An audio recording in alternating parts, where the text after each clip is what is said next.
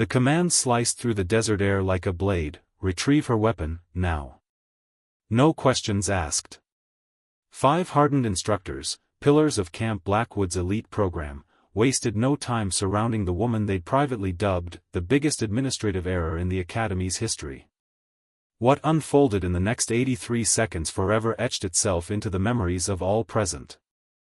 It shattered preconceived notions, reduced reputations to dust, and transformed Elara Vance from an obvious clerical mistake into an enigma for which the military had no protocol.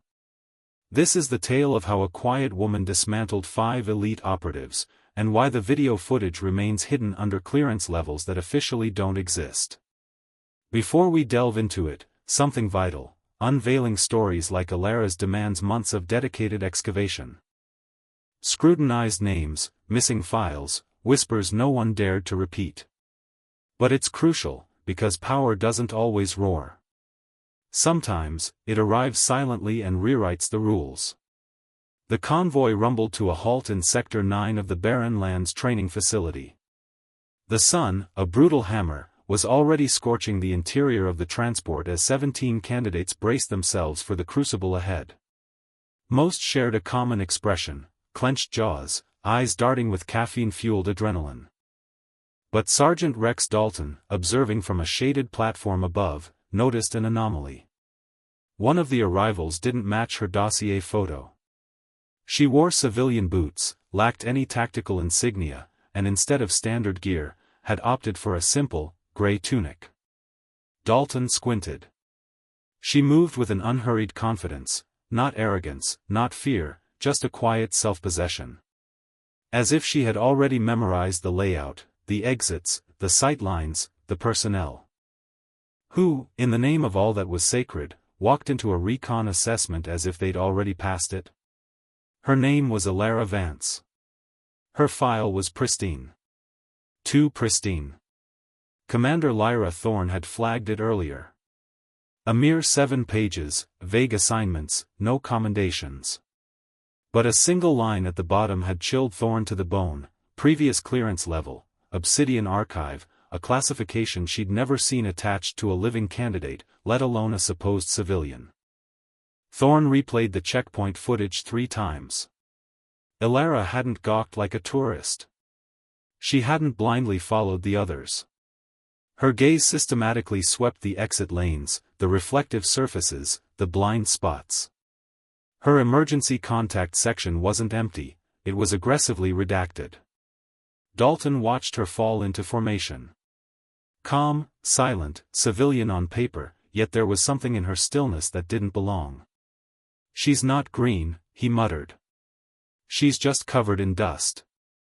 He didn't know it yet, but the rules of his world had just changed, and the system he thought he controlled had already been breached.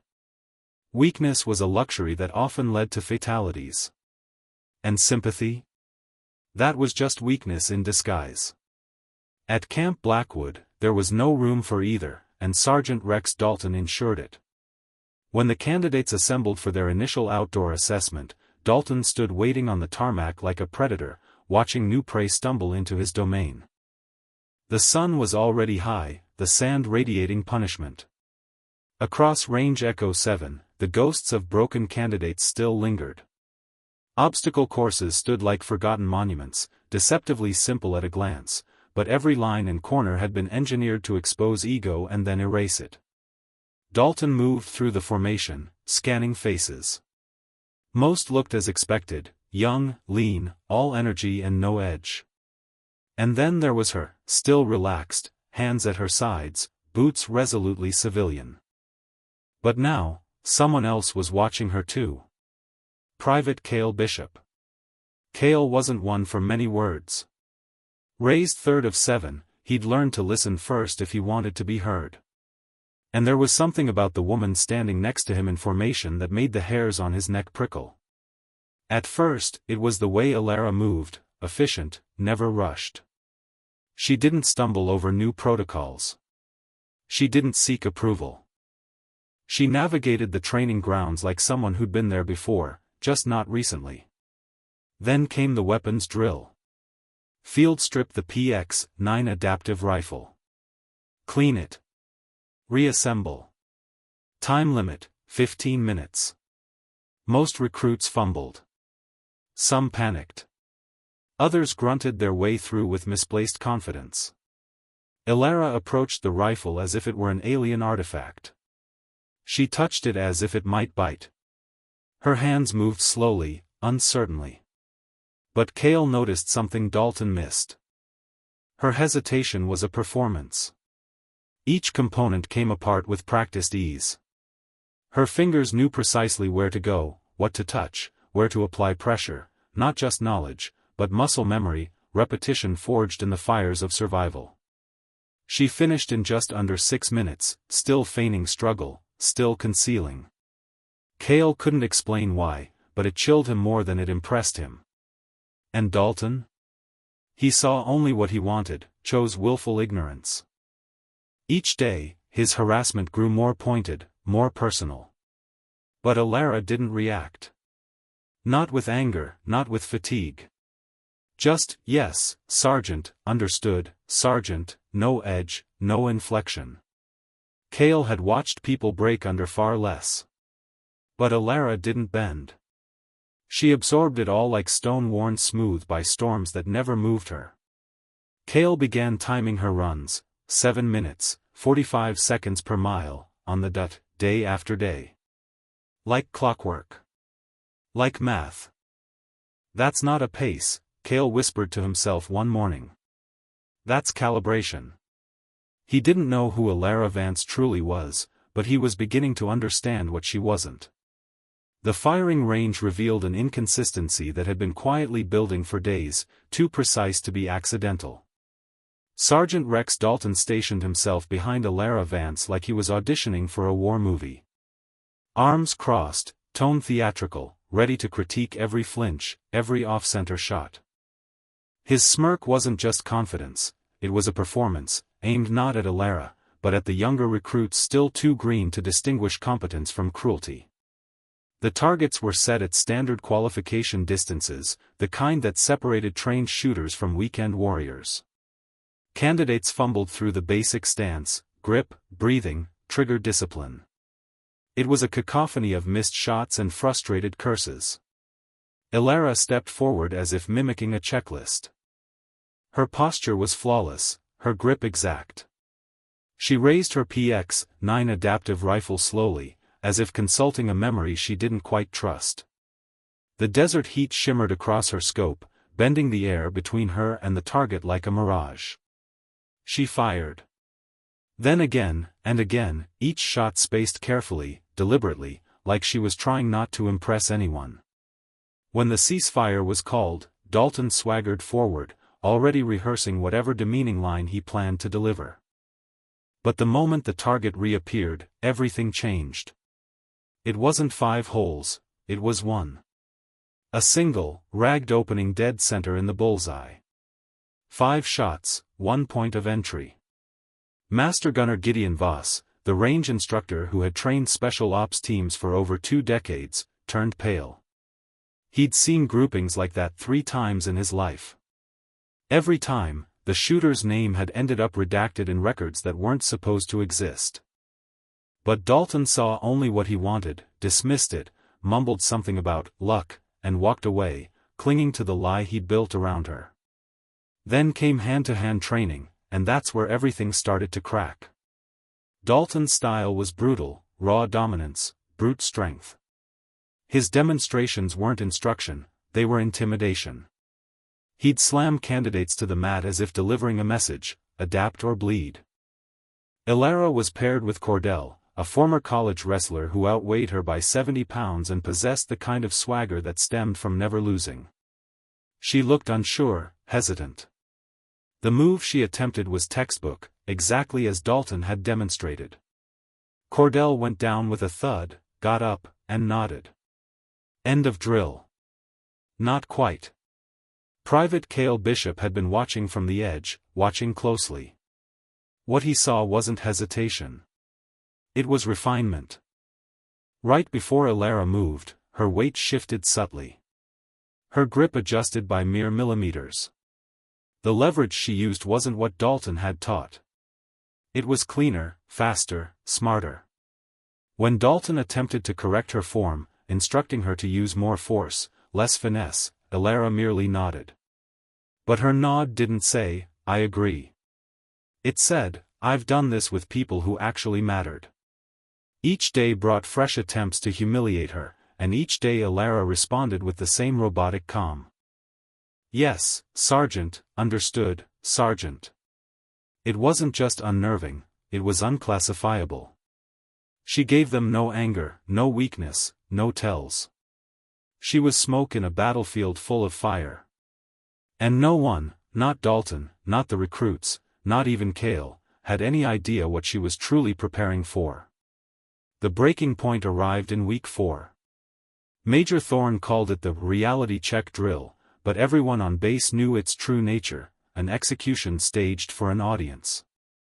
The rules were simple: survive 30 seconds against 5 of Camp Blackwood's finest. Fail, and you were out. No appeals, no transfers, just a black mark on your record that clung to you like a ghost. And standing in the center of it all was Elara Vance. Most still knew her as Caldwell, an alias from a quieter past. But those who truly mattered were beginning to suspect that wasn't her real name. The announcement came after lights out, when exhaustion blurred the line between fear and clarity. "Tomorrow, we separate the pretenders from the real thing," Thorne told them, standing before the floodlights like a prophet preparing a storm. "This isn't a drill. It's a revelation." Then she locked eyes with her. "Vance. You've struggled with basic competencies since day one. Let's see if anything from your civilian life translates." She let the silence stretch. 5-on-1. No resets. No excuses. If you're still standing after 30 seconds, we'll call it a miracle. Gasps, then a silence thick as oil. This wasn't a test, it was a public execution wrapped in doctrine and delivered with a grin. But then, something shifted. She smiled. Not defiance, not sarcasm, but a quiet, eerie contentment, like someone hearing an old melody no one else could. Private Cale Bishop, watching from the second row, felt his stomach knot. Every instinct he'd ignored since day one began screaming, they picked the wrong person. By morning, word had spread like wildfire. Soldiers from every unit found a reason to be present. The medics prepped trauma kits. Field officers lined the perimeter. Even Commander Vexley showed up, arms folded, eyes unreadable. She'd been up all night rereading Vance's intake file. A line from the security clearance still wouldn't let go: archival tier, observe only. Classified under shadow folder. Then came the 5 hand-picked operatives: Thorne, Cordell, Bradner, Merrick, and Nova. Each one elite. They stretched casually, like apex predators, supremely confident the outcome was already decided. But when Elara Vance stepped out of the equipment bay, the air changed. Her gait was different, centered, precise, efficient, not trained, but conditioned. And when she rolled up her sleeves, the scars spoke volumes her file didn't: bullet traces, surgical crosshatches, shrapnel memory, all healed, all real. Commander Vexley exhaled slowly. She's not a candidate, she realized. She's a relic from something we weren't supposed to see again. Major Harrow stepped to the line, lifting his whistle. No weapons, no eye gouging. Stay standing or surrender. Caldwell. Any last words? Elara turned to face him. And this time, her voice wasn't quiet. Just one. When this is over, will you finally admit you never knew what you were looking at? Not louder, but somehow more present, as if the words were being carved into the desert air itself. Just one question, Sergeant Elara Vance said, her voice steady. When this is over, will you finally admit? You never knew what you were looking at. The 5 attackers began to spread, forming a loose semicircle. Their movements were smooth, imbued with the confidence of men who had trained together for years. Their plan, discussed the night before, was simple: overwhelm her with speed and angles. Hit hard. End fast. Make it clean. Make it humiliating. Sergeant Dalton raised the whistle. One sharp blast, and the desert exploded. Cordell was the first, all 230 pounds of him barreling forward like a freight train, shoulder lowered, momentum primed. If he connected, it was over before it began. But Elara wasn't there. She shifted exactly 8 inches left at the last possible moment, not a retreat, but a redirection. Cordell stumbled past her into empty space. Her hand touched the base of his neck, just once, a surgical strike. His legs gave out, collapsing like a building whose foundation had quietly disappeared. He lay in the dust, blinking at a sky that no longer made sense. Then came Merrick and Bradner, flanking from either side, but Elara had vanished again. Physics betrayed them. They collided mid-sprint, limbs tangling, knees smashing, 2 weapons turned against themselves by absence. Before they could rise, she was already among them. A palm strike to Merrick's shoulder, arm dead. A foot to Bradner's knee, joint locked. Done. Nova came in low, fast, calculating.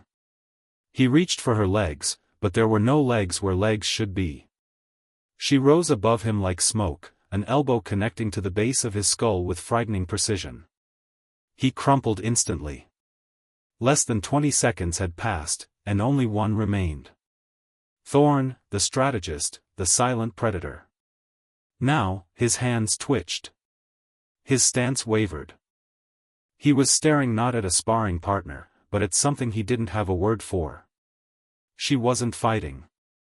She was expressing something. Like violence was a language, and only she spoke it fluently. Commander Lyra Thorne watched from the perimeter, blood draining from her face. That tattoo, barely visible beneath Elara's rolled sleeve, confirmed everything: 6 parallel lines, 1 crossed out. Echo Division, the Phantom Unit. Operatives whose records didn't exist, whose actions never appeared in after-action reports, whose survival often meant someone else's name was buried instead.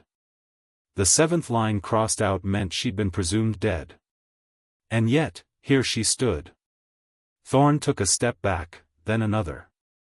"I yield," he whispered, his voice barely audible in the stunned silence. Elara didn't smile. She didn't gloat. She simply checked the others one by one, her touch now gentle, clinical, ensuring no permanent damage had been done. Only pride had been destroyed. The silence fractured when Private Cale Bishop began clapping. Softly at first, then louder. Others joined, then more, until all of Range Echo 7 stood on their feet, not in celebration, but in recognition. They weren't applauding a victory. They were acknowledging a truth. For weeks, they had been in the presence of something extraordinary and been too blind, too arrogant, too conventional to see it. Elara picked up her towel, slung her bag, and walked away with the same unhurried grace she had the day she arrived. But now, everyone finally understood what they had witnessed. Hours later, Elara Vance was quietly transferred to a different posting. Her new role: combat instructor. Her true past still classified. Her former name never spoken aloud again. But those 83 seconds would echo through Camp Blackwood for years to come, not as a drill, but as a redefinition of what true lethal capability really meant.